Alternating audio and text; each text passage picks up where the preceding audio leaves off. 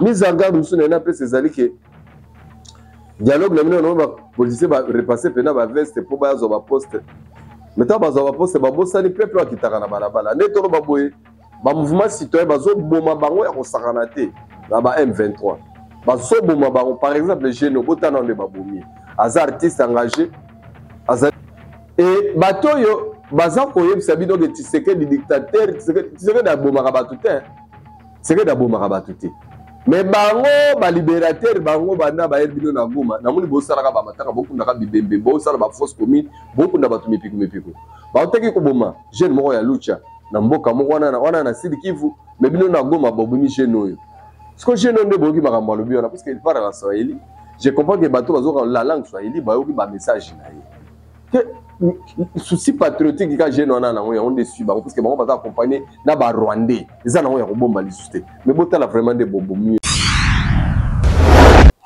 Mbote cher internaute, mbote ba congolais, mbote bana monde entier, toujours n'engé tout te rabino, tout le bel rabino, tout bête rabino, 7 matin, midi, soir, bolingo ya Congo, n'a ba congolais, période de tozali, ils aussi rapidement ba congolais, faut balingana, faut bazala ini. Mais, kolingana ba congolais, ango, ezana ba format, ba ele biso te pa basango. Ah, basango, nzambaza juste, basango, basango. Basango na biso na Kigali likamboyo basango donc basango tant to lobaka que ça fait 30 ans Kagame aza ko boma batu na Congo on dirait qu'on a raté pas basango en fait les autres ont décortiqué quand même ba démarche ya basango tout me canon ko comprendre ba démarche na bangona église protestante ce que to me rappelle ko définir école au Congo ezali pays moko religieuse donc il y a ba religion donc des pays moko boye et dépendant de la religion tonini tokuruka to bango tout au long il y a vidéo oyo to sale lelo et puis to ko illustrer bino ba exaction ba M23 AFC Nanga ndenge baza ko sana na ba Rwandais na ba na bande ko na biso o baza ko résister contre bango parce que faut boye ba que il y a un sursaut patriotique à Makasi Narata Goma, quand bien même Goma est na maboko banguna, mais beaucoup de Congolais vraiment bazali tisikoyo attaché na nani na Kinshasa, bazali attaché na ba siège des institutions, bazali attaché et pas bandé qu'on a bango ba Congolais, bien que balingi balé sabiso bena ba Rwandais na Makasi. Quand bien même bala oyo ba Rwandais ba mila kisi eza sur bomba te na miso ba tunyo so ke ba epena ko konza biso mais to na ba Congolais na biso ba naïf ba linga ba lesa biso ba Rwandais wana même na Makasi bala kisa biso ke bazande ba Congolais. Oh mais non ya boye pende za la raté. Alors merci d'abord na Junior Kapa ya mtazo songa la technique à travers Tindika et puis pourquoi pas na refait que sombe ba refait tozali ensemble pour na solo là ma solo ya mboka na biso ma solo eza kolekela biso ba Congolais na rassuré bino les sous journal eloke en tout cas tozali na guerre mais biso ba tutokolonga guerre bataille tokoki ko perdre na moya lelo ndenge tolo baboye Rwanda na problème banda tokani espace aérien na biso et biso le kaki na betena ki bino ndenge ba distance comme bango bila mende na lo baboye kuna eza ko be ba seneke le débit ya ba mesure mususu tozoya nango eza danger merci. Na Fati Beto, merci na Moukou Antombolo. Beaucoup de gens sont en train de te sous-estimer. Mais on a rappelé la petite histoire. Parce que il faut qu'on l'accède à toute démonstration. Fati Azali Eli Didier. Dès na yebisa ba Congolais belé. Moi mais kana raisonner le komoko. Nanga yende mutaki président Seni. Ay yebta proclamer président Eli Fati. Nanga mutaki ko yebisa que Fati a élité. C'est là où il y a le mystère. Mystère, c'est qu'il y a agissement en Zambé Zalarande wana.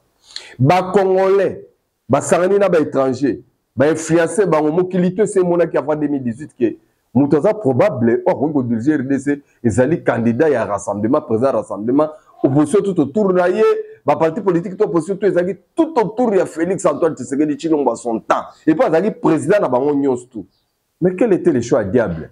Baki ba poneli biso Fayulu ba tebele barbe ko bi Fayulu jour Fati kaka oyo a retiré signature mokili mobimba ebayeye eyini kaka ndenge lelo tomoni Goma kwei batutu babaye ki Fati batutu ba inaki Fati batutu ba finga ki Fati kimulu ya faci bimaki kaka mukolo yango kaka ndenge bimi mikolo na internet bimi polele. Alors il a fallu tout le monde a miracle ya Nzambe siko après élection fayulo toyokaki mingi fayulo abimaki lisusu te mais ezalaki difficile mpo bato ebele bakokoka gobe eloko wana ya kondimaki faci nde aganye ifalaki bango bazwa temps mais biso ndenge faci azalaki eli lokola toyebaki ki faci akozala eli avant même azala eli dès azalaki eli malgré bamécontentement na bango malgré koyina na bango biso toprévenaki bango ke bokomesana epuis bamesana bamesani te sikoyo lelo makambo ezoleka bato ebele bazolinga kosous-estime faci kolakisa na mokili mombaki faci akoka te oza na raison mais estce nzambe alobi ke faci akokoka te estce nzambe aza yo mutu estce nzambe aza Paul Kagame mutu alobi ke faci aganyaki te Kagame faci aganyaki te ya kolongola ete ya kolongola faci mpo aganyaki te ya kolongola olakisa biso mutu aganyaki comme ça yo tia ye seke ndanga nde mutu aganyaki tozo réfléchir tozo solola parce que ezali masolo ya mboka na biso etali biso bakongole lobi nango eza bavi na biso na bana na biso bana na biso bakotunaka meme bana na bango bana na biso bakotunaka bango ke bakoko basalaka pena nini bomonaki pena barwandais tokomaki na temps moderne mais nde bokondima barwandais baya kokolonize biso sans oublier que ezalaki na influence ya bandeko ya biso moko bafongoli porte bato bakota dialogue avec M23 selon l'idée Yananga. Nanga toute la question moko. M23 na AFC barosolola na RDC loronini parce que biso RDC to lobi biso photo solola na Kagame. Patron ya M23. Nazo ebate pourquoi ba Congolais belé bali ngambrema wana. Na ina pese exemple moko. Dialogue ya Sun City batu bamenaki démarche nango na cas adverse na compte RCD Goma ezalaki un Congolais à la personne ya Adolphe Onosumba nalingi na tuna ba Congolais Adolphe Onosumba azalaki lokola kaka nanga azalaki azalelo Adolphe Onosumba kenda wapi atali solo ne babetaka te akufa te makenda na ba oubliette. Lorsqu'il a fallu sur la lisolo, Robert Romtayaki, Rwandais. Nda azwaki pe ba poste. Asali musala koka kosala. Bomoni nanga bitumba nyonso abundaki ezalaki pour que un touti aya koma gouverneur na kati ya Goma komi kolobaki nya Rwanda. Non, libération nyonso nanga azalaki kopotana wana na aya ko libérer kuna basala bino mabe, c'était pour que un touti aya koma gouverneur na Rwanda banda kolobaki nya Rwanda. Et lui, Mnanga est à côté. Jusqu'à là, il a une position à été. Il va progresser, tout va progresser. Maintenant, ce que le dialogue n'est pas Nanga, vraiment. C'est que le gouvernement, il va faire Nanga, Nanga, tout ça, c'est le carré minier. Beaucoup de choses sont au dialogue Nanga. Les Congolais ont fait na Goma. Plus de 3000. Mili mon abaron sikol. Puisque Nanga a récupéré carrière minière. Bongo mili mon Congolais va faire. Tout ça, n'abaron. Bongo ba Rwandais o nyostu nanga zuna bango engagement bango pe tourna bango sko tosala bango puisque bango bazaka soba si ba yebo baboya ka kozonga pour preuve musée qui a crié en eux que bazoya ko libérer biso ti lelo to sufraka baya ba libérer biso beto musée lo bida babokanga bisaka bozonga basuka na Goma bakanga ka Goma wana nde bakanga ka pour votre histoire puisque bato bene ba bakateke Goma koya na histoire ya Congo Goma ka mteko ya 20 fois bakanga Goma yango nde bota RCD Goma.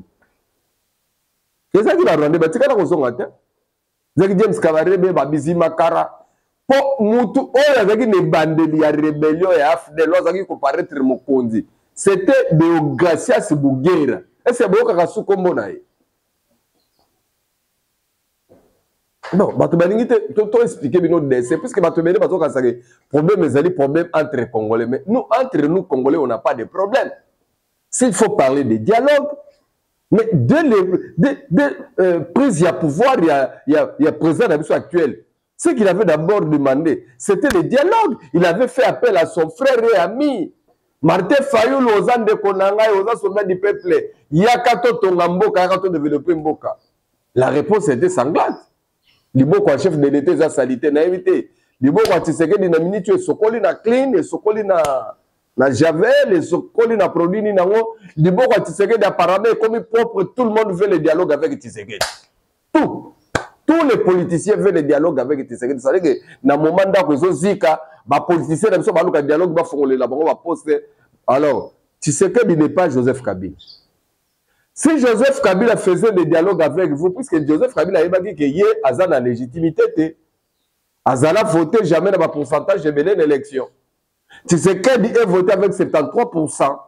Moi, je ne vois pas pourquoi il va faire des dialogues. En ça, pourquoi? Je vais vous faire des petits calculs. Imaginez qu'il y a Afdel, Basala 6 mois, Bazu Congo Mobile. Et comme RCD Goma, nous avons le pouvoir. N'est-ce pas, il y a 5 mois, Bakanga 70% à Congo. Avec Tshisekedi, ça fait 7 ans. Bazo Kokokanga province Moro Mobile. Je beaucoup pas mon là. Je parle au Congolais beaucoup, mais quand on parle ça la calcul parce que te belé dans zone bazo tibé, bazo ça la confusion. Et nanga vous dit ceci. Nazana ba complice na ngai na parlement na likolo pena ya parlement pena na donc na mutu pena ya parlement na ba complice na ngai. Ba musu ba na cabinet ya président, ba musu baza na gouvernement, ba musu baza na armée. Mais vous pouvez digérer ma gambo ba sabino ndenge ni botalaka fati. Pourquoi bomo na ba très trop te bomo na peut-être une autorité ya mboka azo annoncer déjà ba mboko yo ba tomboki ba terroriste na ba suite déjà ici bino ke ba mboka tel déjà bango baza. Soko bimo contredire apporter plainte ba kanga yo. C'est ça le dessin. Banguna bangwana bazo bimsena bino na misu matin midi soir mais congolais mo ko boye ko dima ngo boye ko digérer. Mais la grande victoire arrive hein, où tous ces gens n'auront pas droit au chapitre. Je vous préviens déjà. La plupart de les gens n'ont droit au chapitre. Il y a un autre de décortiquer dans nous. Dialogue ce que Koti. Et vous allez la formani. Tout ça, parce que Bassango, tout ça, là, le premier dialogue de la conférence nationale souveraine, dirigé par Monseigneur Monsengo. Tout le monde, mais dialogue, la population ne se fait ça espoir dans le dialogue. Population congolaise se fait ça espoir dans le dialogue qui était la conférence nationale. Mais il y a Congolais dans les Congolais. Voilà, vous étrangers, bazate. Les Congolais, ils sont s'émanciper face à Mobutu.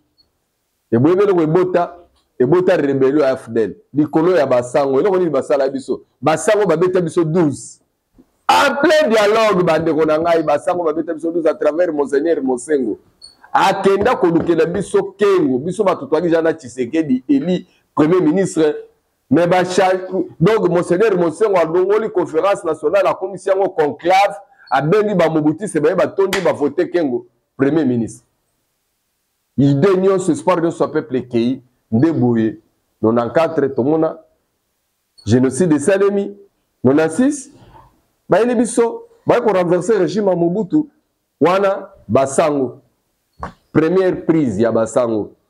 Deuxième prise, ya Bassango. Dialogue avec Bota M23. Moutazaki ko président Moutazaki Abe Malumalu. Na Goma. Donc, on la date le 23 mars, M23, ça va 23 mars. Donc, dialogue au moment le 23, Kadibiso Singana Kingo, Batuma président Kiango. Bassango à travers Abe Maluma Loupé à son âme. Il y a un débat 23 mars. Bassango toujours. Dans le Bassango. Dialogue, il y a Saint-Sylvestre. Dialogue, il y a Saint-Sylvestre. Dialogue, wana. Et bon, tu m'as dit pourquoi dialogue à Saint-Sylvestre? Parce que opposition à l'époque, wana. Et requisaki dialogue, il y a Kodjo. Un étranger, Bassango va récupérer quand des bombes de télévision va soutenir Bobambi au tambola. Et les gens ont crié que Bazoya a projet à Malamou. et dialogue wana kutu yango bomisa le fait Etienne Tshisekedi wa Mulumba akufa tika dialogue wana basango ba tergiverser suka nango tomoni d'abord na dialogue wana basango ba formuler so ba format moko incroyable dialogue akodio ba Kamere ba Steve Mbikaye consort ba participer yango comme ba opposant mais du coup to comme na dialogue à Saint-Sylvestre ba Kamere ba Steve Mbikaye ba komi bato Kabila format basango vandisela biso en face ezalaka nde bongo bachangeaka na bango la minute et na kati nango bayebisi biso boye to travailler dialogue à Saint-Sylvestre jusqu'à 98% et 98% 2% tikali tokei kopesa yango Kabila yenda résoudre moi c'est bon dit et eloko nini Kabila yo résoudre na 2% tikalaki alobi opposition tidele ba kombo apo na mudia otia premier ministre et rassemblement à travers IDPS baboyaki koboya bango baboyi Kabila ya osala débauchage na ndenge na ye aponi Sami badi banga azaki lisusu te na IDPS oyo azalaka na bango ensemble na dialogue ya ya kojo oyo IDPS participaki te Sami badi banga participaki yende bage pona balobi bon te pesi primature opposition de babimisa badi banga wana biloko basango basanzela biso ya mibale badi banga ye kolongwa baye kosanzela biso Chibala tango rassemblement et kabone komi deux camps rassemblement ya Olenga Nkoy nde boti Chibala rassemblement ba fachi nde tikalaki ti kumbi biso ti to koma na élection lelo o fachi abimi président wana nazo lakisa bino kombe basango na place ba dialogue ba kanango olezo solution ba crise et botelaka biso contraire ba makambo ebele na ba crise ebele botala kopa dialogue na bango ba yena ngoyo tala ba format ba obimisa bananga bana kati ba Rwandais bana kati ba politiciens sans impact bana kati ba politiciens impact bana kati ba koti suna Kagame na ba consultation na bango alors na éviter mais qui sera le médiateur na dialogue so bango batambuli basilisi to éviter ya wana bande konanga ba congolais bo fongola misu baya kokosa yote biso na option ka moko ezali option ya bitumba muteza na mesa société civile na minute yo ba okamba parce que tant basango ba otambola bango mo pene société civile ba muso beza ba observateur église qui magi c'est peu ba société civile ba baza confession religieuse ba musulman bazali ba église de réveil zali ba dilomba bali lelo ba kopeso ba ibabisa bato na balabala ba me belé ko sakana te kutu catholique na mission yango ngana mona kaneti ba koma mbongo akala ya kana on sous impact même na nganda lotoko donc tiribucho ya salani ni na mona na église catholique bo sala ka mama na forcing bo sala ka pena mama na forcing mais ngana pesa bino opportunité pour créer parti politique vous serez beaucoup plus respecté parce qu'à travers parti politique beaucoup de poste monsieur on a bien dirigé parlement et à poste on va diriger et na babima président de la République na Congo Brazzaville donc vous pouvez le faire vous pouvez exercer au les beaux à la bata mais à côté mise en garde sur na peu ces alliés que dialogue la mino va policier va repasser pena va veste pour bazo va poste maintenant bazo va poste ba bossa ni peuple wa kitaka na balabala ne to ba boye ba mouvement citoyen bazo boma bango ya ko sakana te na ba M23 bazo boma bango par exemple les jeunes botana de ba bomi az artiste engagé azali ko pesa ba message mais ba bomi botana nanu nde ba bomi et puis de côté la bino extrait message nae na tire bino nini ava ba bomaye te vaba bomebo kana le loko babomele voilà très important kapaya tiana le jeune makamini na lobaki o esu bango ba M23 po babomaye après to kotiela bango ne babomaki c'est parti.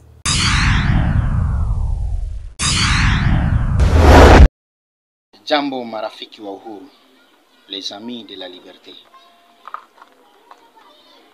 Juu ya ukosefu, donc juu ya kukosewa na viongozi, raia inapigia adui mkono. Haiku kusema ni kutaka population, hapana. Ni juu ya kukosewa na viongozi. Uimagine adui iko naingia jeshi bale biko na susia pays. Kusema bapiganie inji banakosa mabunduki. Ba jeune resista kusema bapigane banakosa msaada yoyote. Bale ba generaux ba colonel bote balikimbia zamani, banakimbia zamani. Sai population iko saba yatima. Banakosa nani mwongozi nani, donc tutendea kwa kitu gani? Mais pour votre information, gisi kila mtu yote anajua, mkombozi hakuwaki ile. Kwanza mtie mkichwa yenu, on ne libère pas un peuple, le peuple se libère. Sai hatuko ni kukotea gouvernement, hatuko ni kukotea ya hao baadui ya baba benye nilikuwa nawaambia kila siku, mtusi haezi ongoza inji. Hii maneno ndio niliuaka Laurent Désiré Kabila, mnamjua très bien. Na sai wakati nyeni niko naongea kwa kila mtu yote, sai mimi najua atanisikia. Niko Goma na hakuna kutoka hapa mpaka hii maneno ipate mwangaza. Gisi nimeongea, on ne libère pas un peuple. Askari jeshi bashaka kimbia, leo hii tuko mikono ya adui. Ni vitu venye tulikuwa naongea depuis zamani. Tunasema kitu kusema ile MONUSCO ile iko a complicité na adui. MONUSCO kukotea gouvernement inakuwa kukote tena ya adui. Eske hamuoni gisi biko nenda gawanya inji?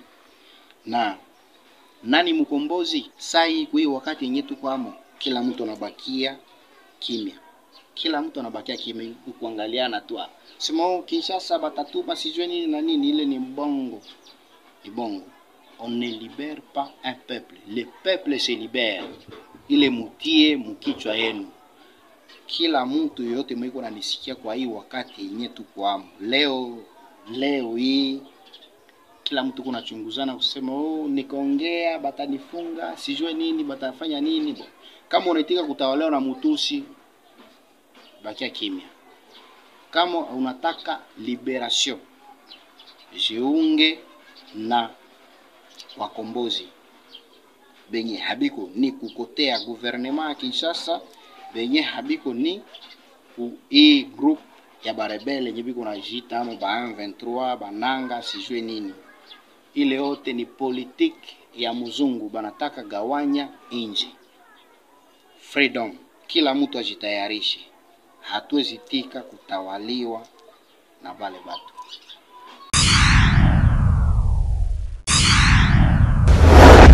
Jeune Oyo azali artiste engagé na makambo ya politique. Et batoyo baza koyebisa bino ke Tshisekedi dictateur, Tshisekedi abomaka batu te. Tshisekedi abomaka batu te. Mais bango ba libérateur bango bana ba yerbino na Goma na muni bosala ka ba mataka bokunda ka bibembe bosala ba fausse commune bokunda batu mipiko ba oteki ko boma jeune moko ya lucha na mboka moko wana na Sud Kivu mais bino na Goma bobumi jeune oyo siko jeune onde boki makambo lobi wana parce que il parle en Swahili. Je comprends que bato bazo la langue Swahili ba yoki ba message na ye que souci patriotique ka jeune wana na on dessus ba parce que bango baza accompagner na ba Rwandais eza na ya ko bomba lisuste mais botala vraiment de bobo mieux ça li passe na ma botala le bébé na moi. C'est parti.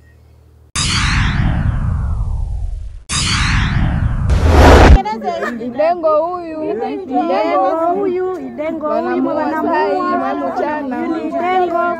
hapa ni Turunga, wameua Idengo, wamemuua sai mwana. Huyu ni Idengo, wamemuua. Mungu amsamee hii dunia hii na makutu wa Idengo. Alikuwa ngali huku. Mungu pokea roho yangu chana tunje wanamuua. Sai maji sai. Mungu pokea roho yangu baba. Nyakasani wembe. Pokea roho. Pokea roho. Pokea roho. Okay, grupe mambo ni hatari. Aha, ni ndani kabisa.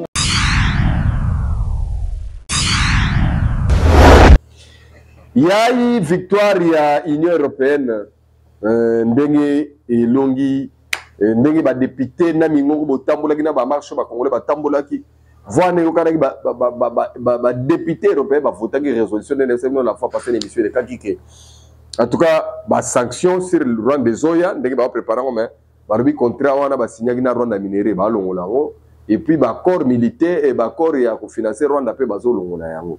Et grâce à un eurodéputé, donc l'État qui a le bagi trop na onche na binoye boka ndenge nini naza célébrer victoire wana ya ndenge balongi mpona koplaider cause ya peuple congolais puisque siko ne ye na otiela mpe bino ye wana amuluba amta IDPS amta Tshisekedi mpo mikolo bino bokomi soki toloba mambo barwandais babenga bato mwa bato ya IDPS mwa bato ya Tshisekedi bodefendre Tshisekedi consort mais siko député aza français aza européen na ye so ye bokobenga ye nani so bodi mais azo célébrer quand même victoire na ye ndenge à défendre biso ba congolais face à l'agression rwandaise face à Marambo Kagame asala biso quand bien même Kagame ngo mikolo yo gaz na ye nazomona ka izo sila na monde na mambo ba équipe na oteki koyoka ba komeli susu grand prix ya ba course ya ba automobile susu ba retirer ba visite Rwanda na moni pas organisation belé bani ko soutenir biso passer par le monde entier en tout cas tout le monde actuellement est solidaire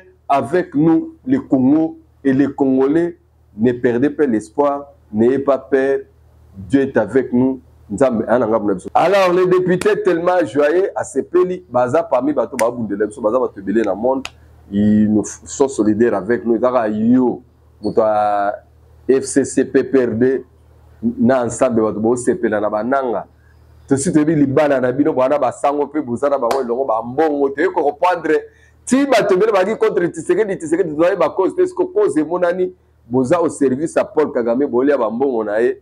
Mais ba vrai congolais tous ala ini na cadre bolingo Congo na ba congolais nzamba batela bino batela mabota na bino merci na réflexion mais merci na Junior Kapaya merci na maman Yohan depuis Bruxelles merci na Vienna Tumba Kolesha ya maman Laurence merci na Yemoko base na Maurice Toko depuis quelque part na Mikili et ça la bien mais merci pe na ba congolais pour ça ka rolanda ngaka bona kidi ba neti kaka Léo Munzadi na rifima yo si balanda ngai oyo ya yo nanko alors nzamba pambola bino pambola mabota na bino tout le monde très prochainement dans le même programme bye bye.